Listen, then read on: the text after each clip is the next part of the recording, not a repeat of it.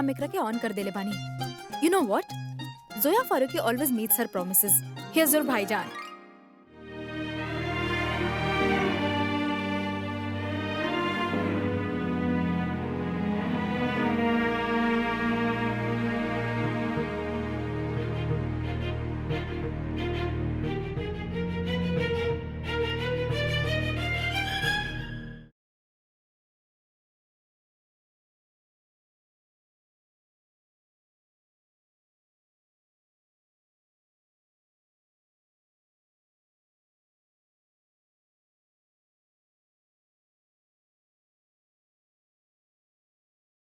भाईजान आए ना, अरे आए ना।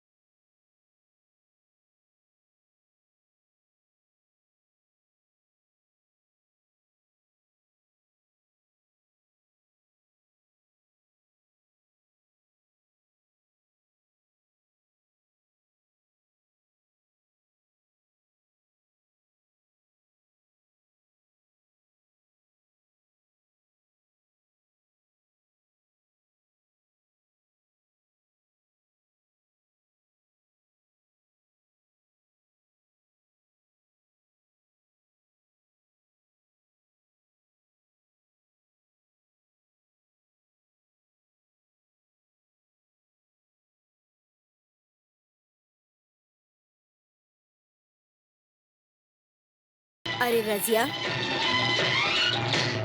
मंगनी के रस्म शुरू करावा भाई, और कितना इंतजार करवाइबू। हाँ, हम बस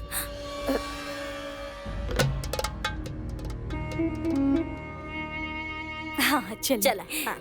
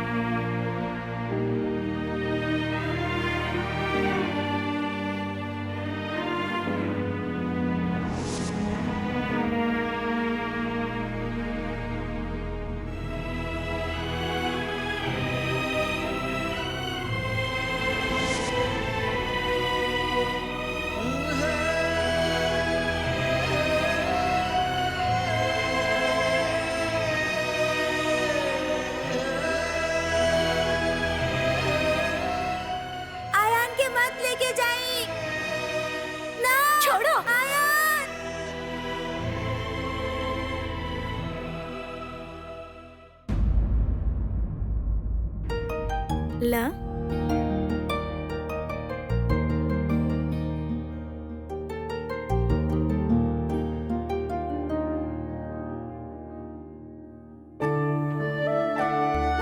कैसन लागल? रखी।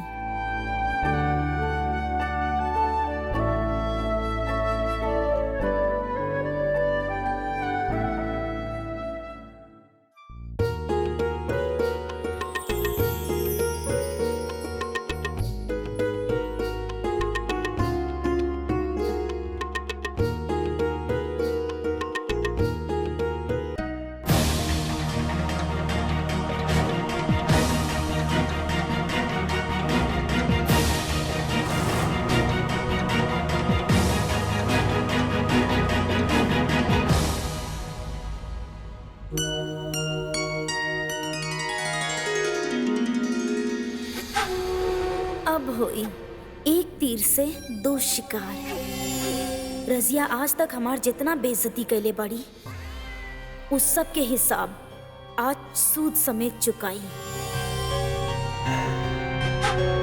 आपन बेटी हुमैरा के मौत से। और जोया बनी हुमैरा के मौत के वजह। काहे कि केहू के अंदाजा ही नहीं खे कि जौन मिठाई जोया हुमैरा और आयान के खिलावे वाला बाड़ी ओमे जहर बा। हम मिलले बानी।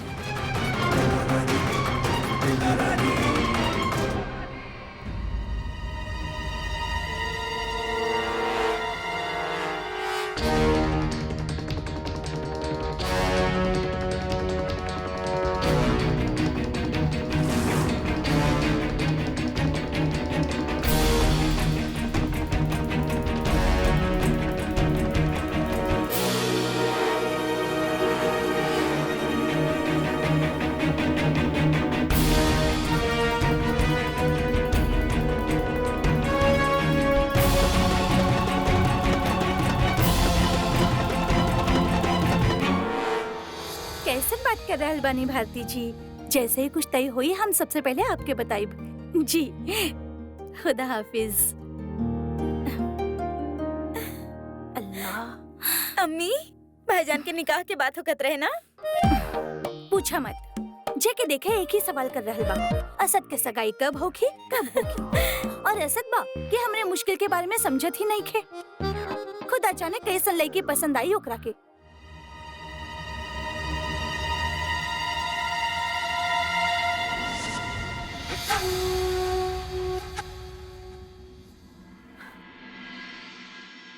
अम्मी ई का बा? ए तनवीर अपने खातिर कुछ ड्रेस मटेरियल मंगवाइले रहली। बाकी वो मिस्टर धुरंधर भट्टावड़े करके चक्कर में ओकरा के देवे ही भूल गई नी। चल के ओकर कमरा में रख दी। जी ई पकड़ा।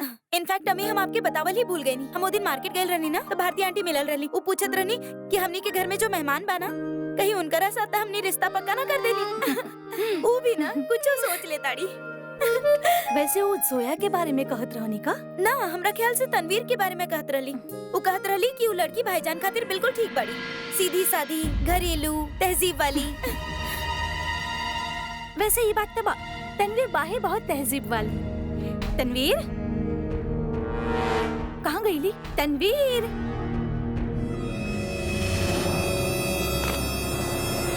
वैसे एक बात तो बा, असद और तनवीर के बारे में इतने बात हो चुकल बा कि अब अगर जल्दी असद कोनो डिसीजन ना ले रस ना तो हम असद की निकाह तनवीर के साथ करा ही देब। लेकिन अम्मी हमके लगेला भाईजान खातिर ना तनवीर खाली एगो अच्छा दोस्त बाड़ी, गुड फ्रेंड। अब वो फिल्म स्टार्स वाला गुड फ्रेंड्स ना, बट हाँ सचमुच वाला गुड फ्रेंड। आई अंडरस्टैंड, लेकिन तू ही तो कहिलू ना नजमा कि तनवीर बिल्कुल वैसने लड़की भी है जैसा असद के चाहिए। भोली भाली, घरेलू से, स्वीट से बाना।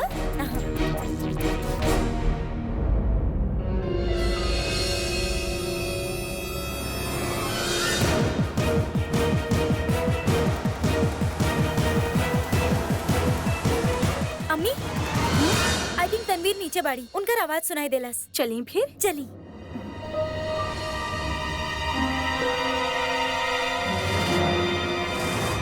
अम्मी एको बात बताई, कहीं ऐसा तो ना कि भाईजान ऑलरेडी केहू के पसंद करेले लेकिन बतावत नहीं के? तो के पता बा कई बार हमके भी ऐसे नहीं लगा है ना कि वो जरूर केहू के पसंद करेला। वैसे सारा सिम्टम्स तो इसने बा कि हम कितना बार भाईजान के अकेले में कुछ सोच के मुस्कुरावत देख ले बनी, फिर से कुछ याद आ जावेला और गुस्सा हो जाले। बिल्कुल ऐसे। अब चाहे वो कुछ कहे या ना कहे, आज ना तो कल हमके पता चल ही जाए ये बात। वो भले लफ्जों में कुछ ना कहे, लेकिन ओकर आँख पढ़ ले हम माँ बानी ओकर। ये का बा? आई खाला देखी ना। बोरखा पहन के आयान के घर गई बाड़ी।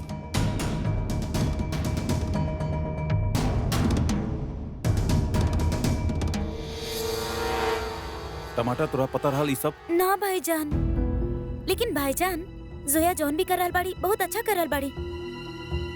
हमनी की खातिर और जोया के अलावा ऐसा केहू ना कर सकत रहे, है ना अम्मी? चला हमनी के तरफ से केहू त गई आयान के मुबारकबाद देवे। लेकिन उनके ऐसा करे खातिर के कलर हाल और अब फोन भी नहीं क्यों उठावत। सिट दिस इज रो। सबके बीच में काहे जाता रही।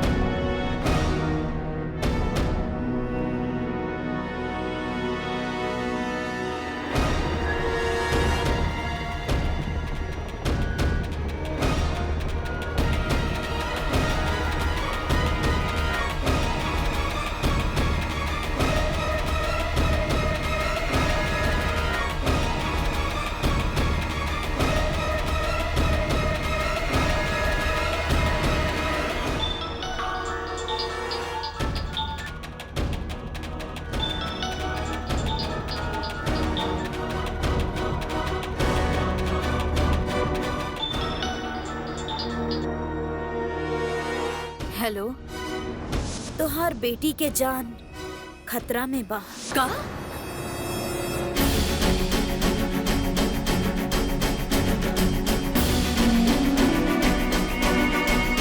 के बोल रहल बाड़ू?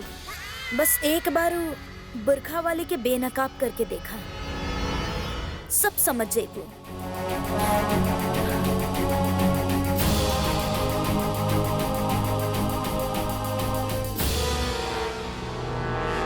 अयान मिया, ई मिठाई आपके डियर भाईजान के तरफ से बा। देख कर हाल बानी, खाई ना।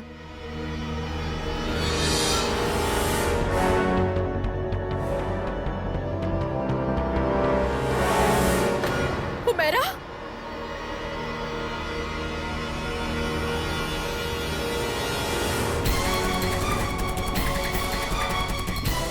हुमैरा, हुमैरा! हुमैरा! हुमैरा!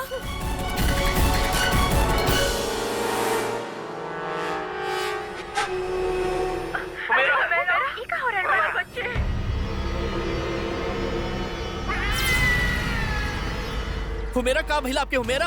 हुमैरा हमार बच्ची कहाँ भाई हुमैरा के? जी डॉक्टर के बुलाई। राशिद मियाँ जल्दी से एम्बुलेंस बुलाई।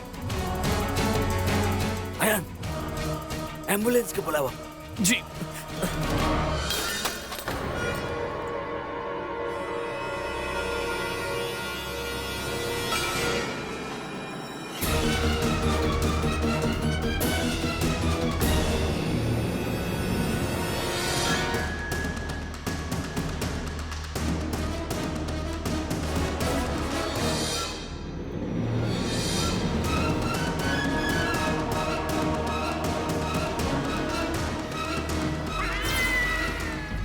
या अल्लाह, ये हुमैरा के का हो गई?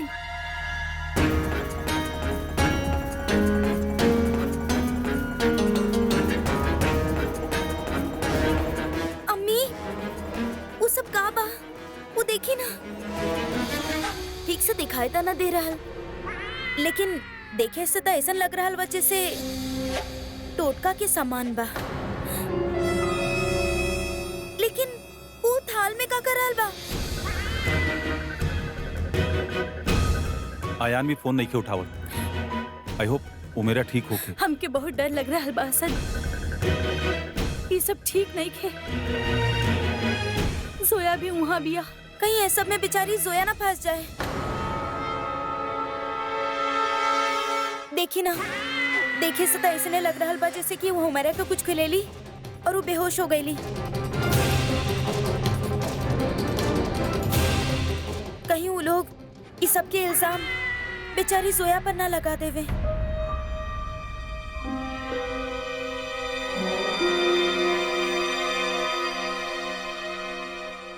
या अल्लाह, ये के कर सकेला? ये डिब्बा के लेके आइलस? ये डिब्बा के लेके आइलस?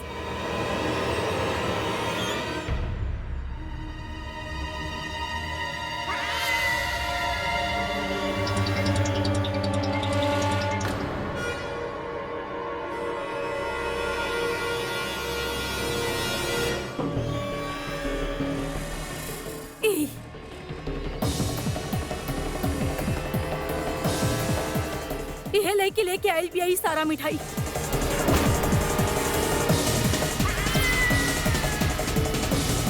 बाकी बाकी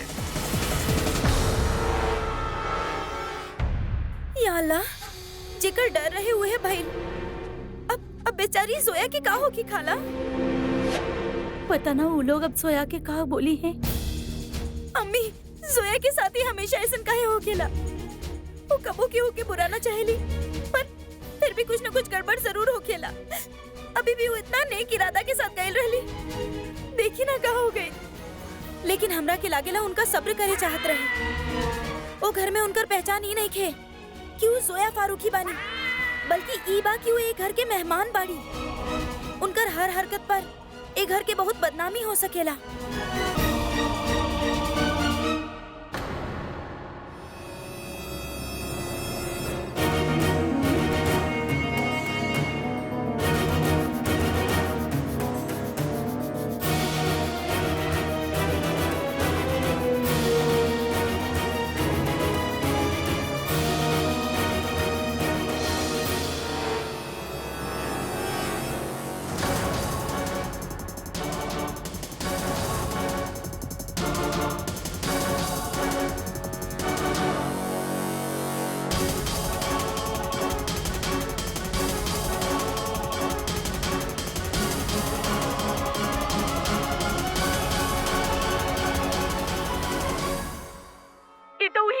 जे असद अहमद खान के घर ठहरल बिया।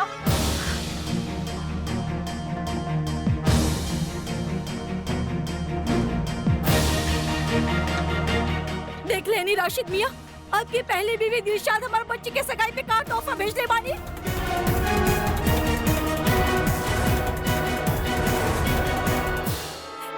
हम तो ऐसे कहले रहनी ना तो से कि दिलशाद ही बिया जो काला जादू कर रहा बिया।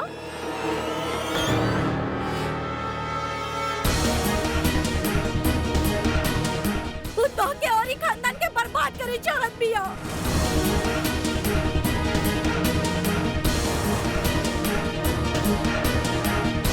दिलशादी शैतान के नानी बिया शिरीन।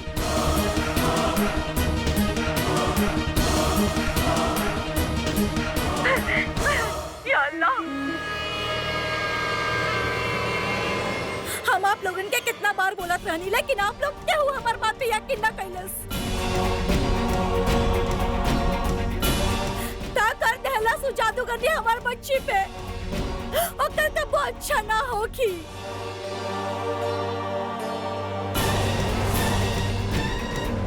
एगो माँ के हाय लगी दिलशाद के, और कल घर भी उजड़ जाए।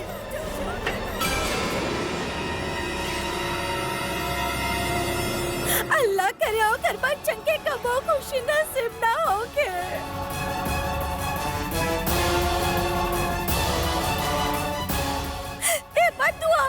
दिलशाद के, दिलशाद के।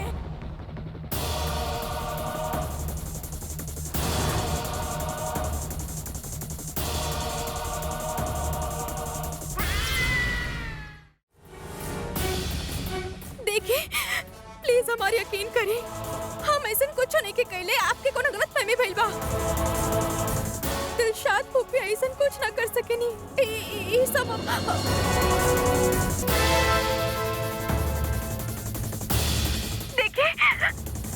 आप मेरा क्या अब्बू बानी, प्लीज आप यकीन करें, हम ऐसा कुछ ना, और दिलशाद फूफी वो ऐसा कुछ ना कर सकेली।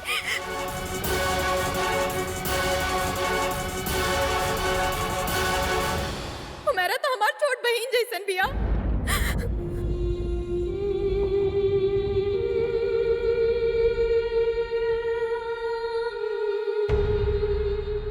हम हुमैरा और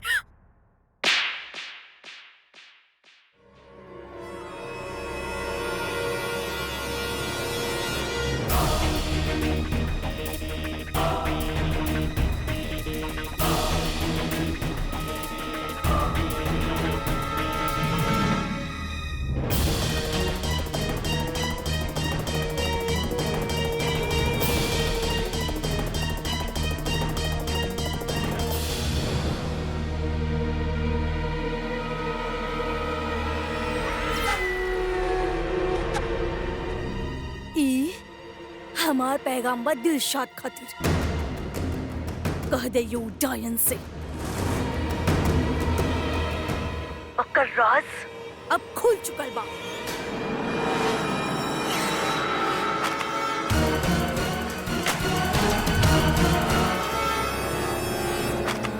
असद कहाँ जा रहल बाड़न? उन लोग के बात के जवाब देवे।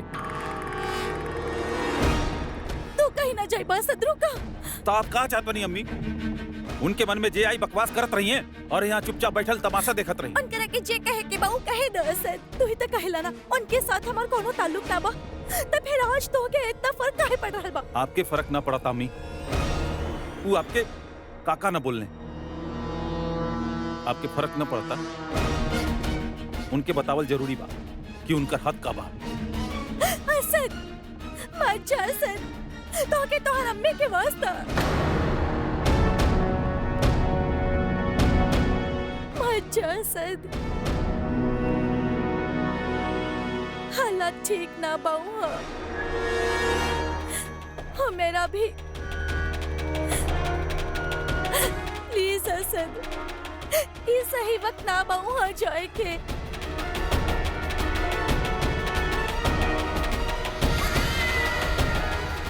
अपन अम्मी के बात रख ला, मत जा।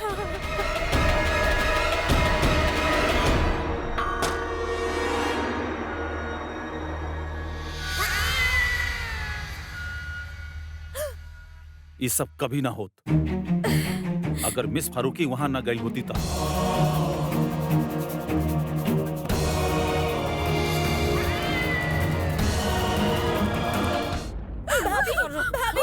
क्या करत बनी आप?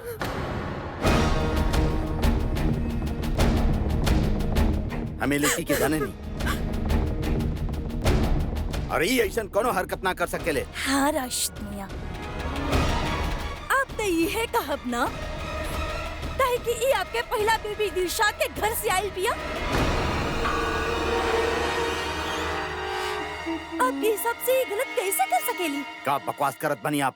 कान आपसे ना पकत बनी, जौन मन में आवत बा बस बोलने जा रहल बनी। एक काला जादू टोना टोटका आज के जमाना में भी ये बात के माने नहीं। इस तरह के पागलपन के बढ़ावा देत बनी आप। ये पागलपन ना बा राशिद मियाँ, सच्चाई बा।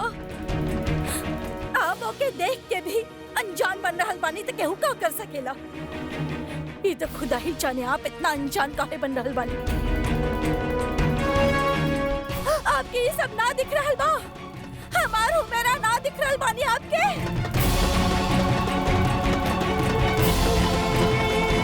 और ये लड़की के तो हम हर बार दिलशाद के साथ देख ले रही। बेहयाई के नमूना बन के घूमेली फिरेली। बस करा मुमानी, ये ऐसा ना कर सकेले।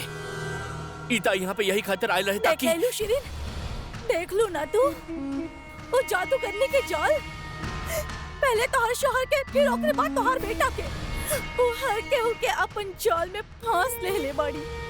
लेकिन तू तो जानत बड़ू ना, तू तो जानत बड़ू ना कि वो कैसन औरत बिया।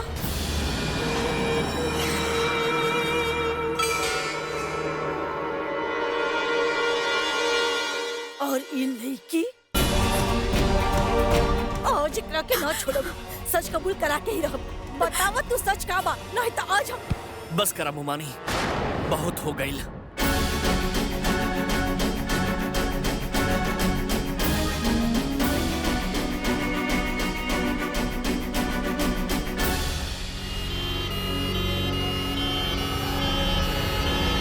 आयान, एम्बुलेंस आ गई है, ले चला। अब छोड़ दा। आयन प्लीज हमारा यकीन करा, हम इस सब के बारे में कुछ नहीं की जाना। हम जानत बानी तू कुछ ना कइले बाड़ू, तू यहाँ से सीधे घर जा। मेरा खबरदार, अगर तू अपन नापाक हाथ से हमार बेटी के छुअल उतर, अगर हमार बेटी के कुछ भइल ना तो हम तोहरा ना छोड़ब, चाहे तू जे भी होकर।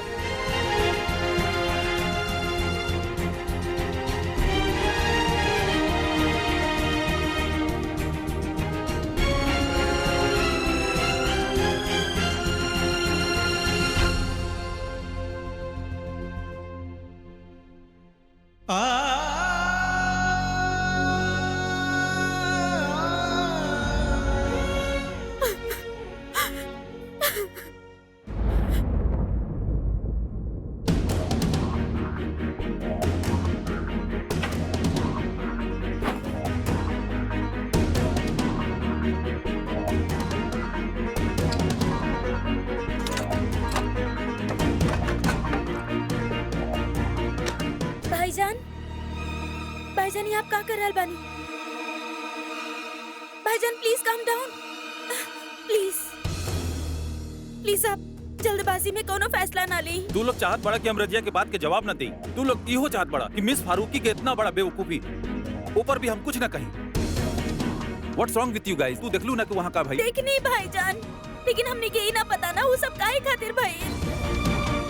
ऐसे प्लीज भाईजान। वो सब केकरे वजह से भाई हमरा कोनो फर्क ना पड़ता। हमरा फर्क सिर्फ ये बात से पड़ता कि ये सब मिस फारूकी की वजह से भाई। ये हम बर्दाश्त नहीं कर सकत। सामान पैक करा।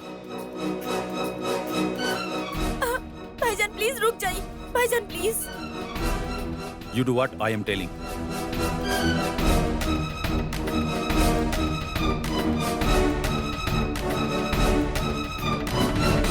जैसे तो के हुमेरा के बारे में कुछ भी पता चले फौरन हमके बता दई है। हाँ, शुक्रिया, खुदा हाफिज।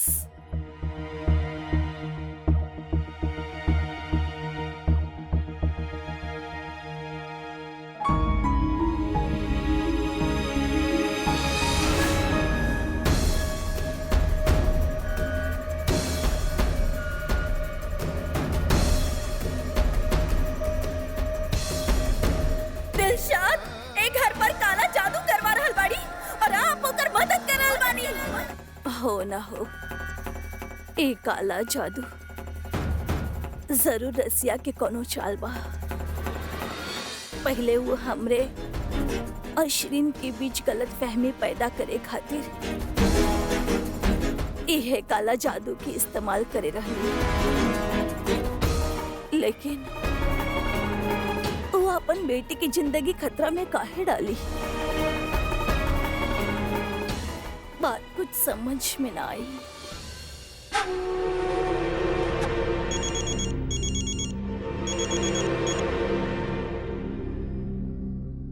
बोलो, तो हर बेटी कैसन बाड़ी बी? पता ना हमके।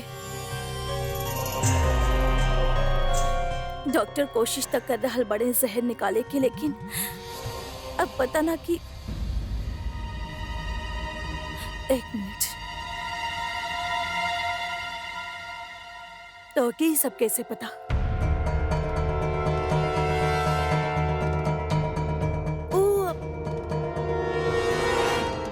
अब जोया जोन वहाँ पर रहली।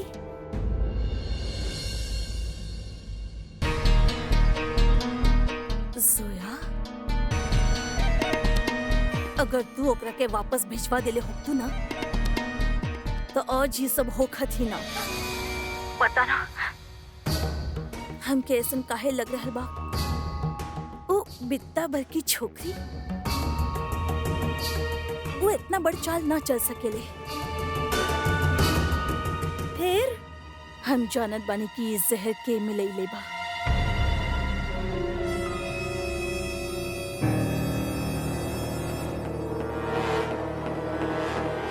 के? तू अपन काम से काम रखा बिल्लो रानी, और एक बात कान खोल के सुन ला। अगर तू जोया के वापस ना भिजवाइलू ना, तो अल्लाह कसम हम ओकर गला दबा देब। हाँ, बौखला गइल बाड़ू बी का। आज के बाद तोरा के ओकर बारे में फिक्र करे की जरूरत ही ना पड़ी।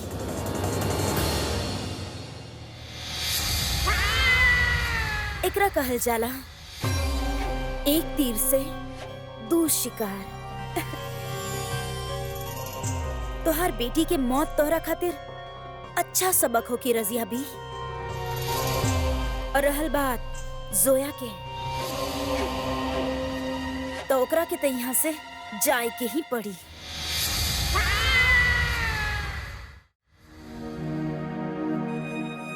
सुना,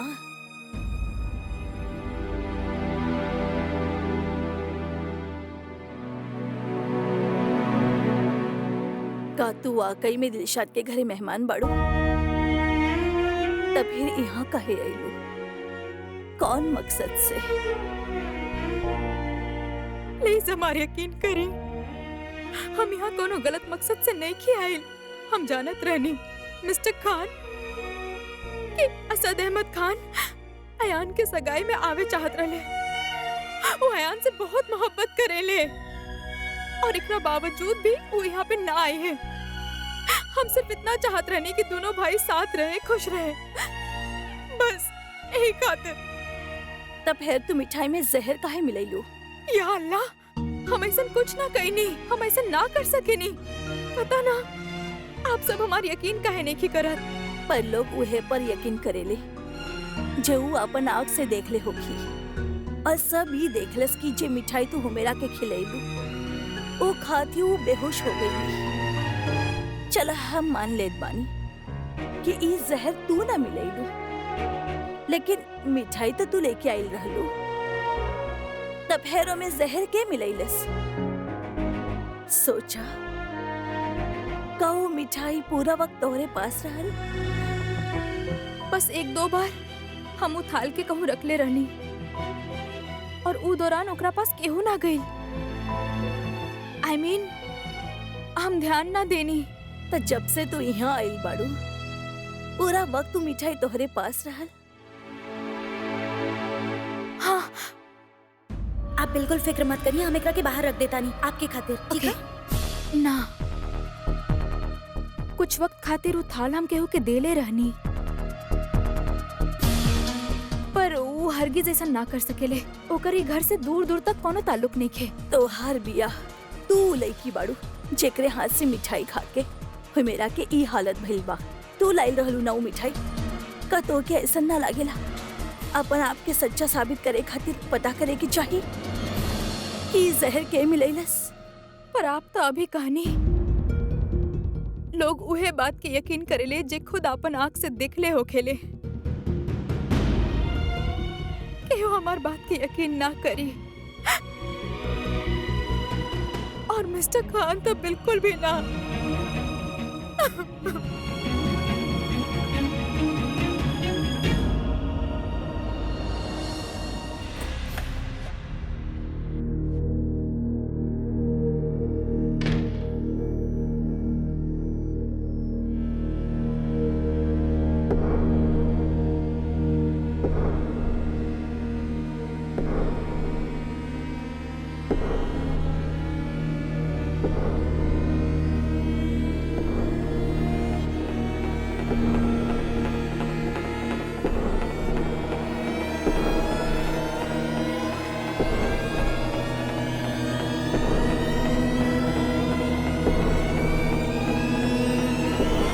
आपू घर में काहे गल रहनी?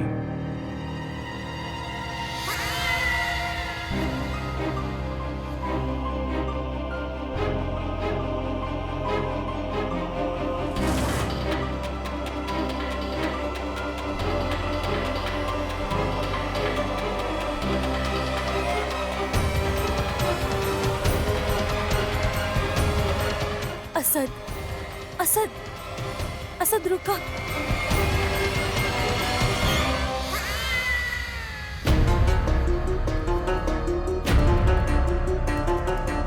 हम आपसे कुछ पूछ रहल बानी मिस फारूकी।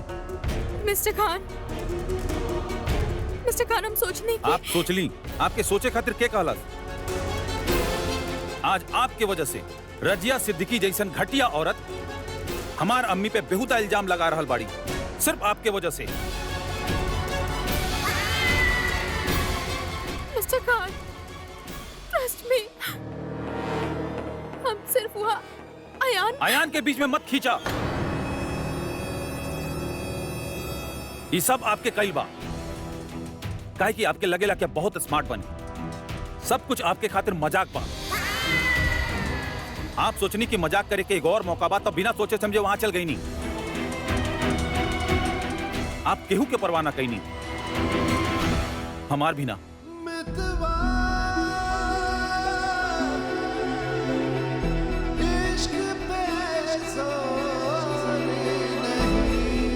आज आपके वजह से ना सिर्फ वो अम्मी और ई घर के बारे में घटिया बात कर रहल बाड़ी, वो हमनी पर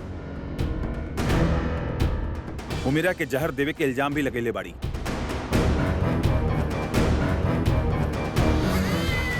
वो बेचारी लड़की की जिंदगी खतरा में बा, सिर्फ आपकी वजह से।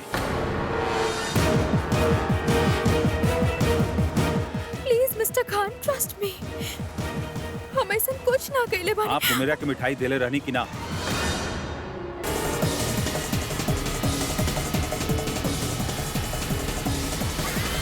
सरप्राइज सरप्राइज सरप्राइज, आपके एंगेजमेंट पर सरप्राइज गेस्ट आ गए।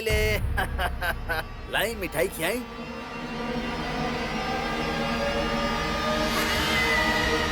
भाई 5 बज रहल बा और आप दोनों के एंगेजमेंट 5 बजे ही रहल ना?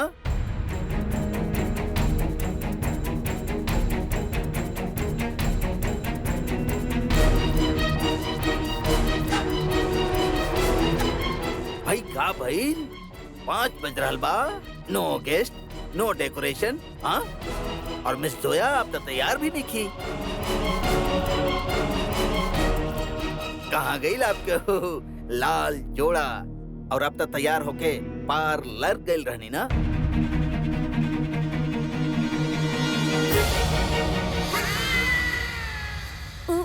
सर यहाँ कोनो सगाई ना होके वाला बा।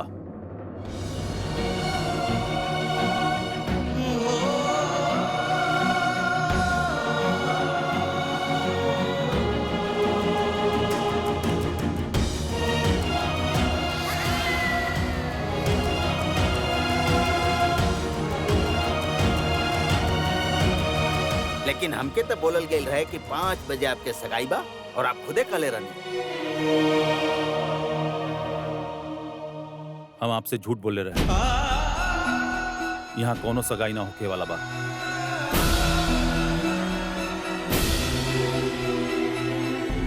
मिस फारूकी और हमरे बीच कोनो रिश्ता ना बा। हमरे बीच मिस फारूकी और हमरे बीच कोनो रिश्ता ना बा। हमरे बीच कोनो मिस फारूकी और हमरे बीच कोनो रिश्ता ना बा।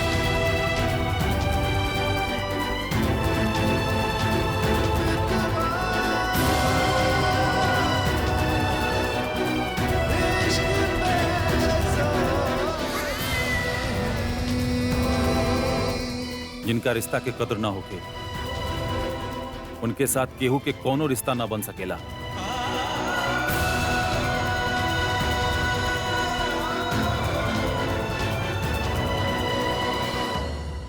तो यानी कि कबूल बा, आपके आपन गलती कबूल बा।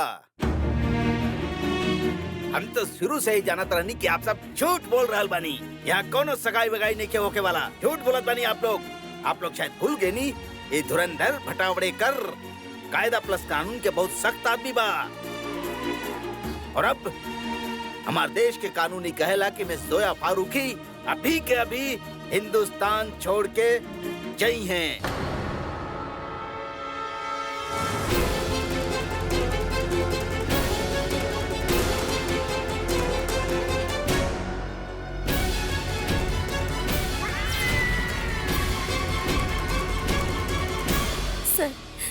दरअसल यहाँ एगो बहुत बड़ गलतफहमी हो गई बा, लेकिन हम एके सुलझा सकेनी सर। अब कुछ ना सुलझ सकेला अम्मी। मिस्टर भटावडेकर, आप मिस फारूकी के यहाँ से ले जा सकेंगे।